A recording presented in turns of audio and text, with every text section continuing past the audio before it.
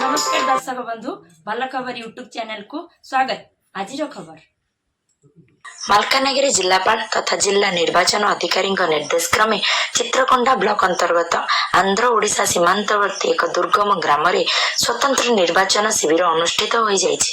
147 चित्रकोंडा विधानसभा निर्वाचन मंडलीर पेपरमेटला ग्राम पंचायत स्थित गांधीगुड़ा ग्राम स्वतंत्र निर्वाचन प्रक्रिया और डिजिटाइजेशन कैंप आयोजन करा। सीमांत अंचलर समस्त योग्य वोटर नाम सामिल करने एवं निर्वाचन संबंधी फॉर्म गुड़िकर 100% डिजिटाइजेशन हासिल करने यह शिविर मुख्य लक्ष्य थिला।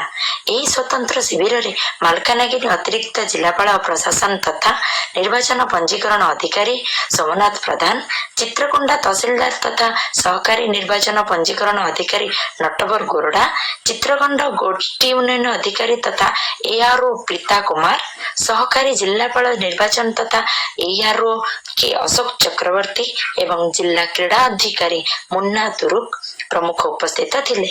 उपस्थित प्रशासनिक अधिकारी, पेपरमेटला सरपंच, बूथ स्तरीय अधिकारी और सुपरवाइजर प्रत्यक्ष तत्वावधान में पेपरमेटला पंचायत समस्त वोटर संशोधन और चिठा संग्रह फॉर्म 100% डिजिटाइजेशन कार्य सफलतार सह संपूर्ण करा जायछि।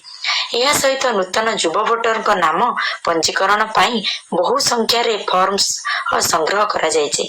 एही अवसर रे ग्रामोदय योजना अधीन रे पेपरमेटला पंचायत स्थानीय युवक मानकु प्रशासन तरफ क्रीड़ा सामग्री बंटन करा जायछि।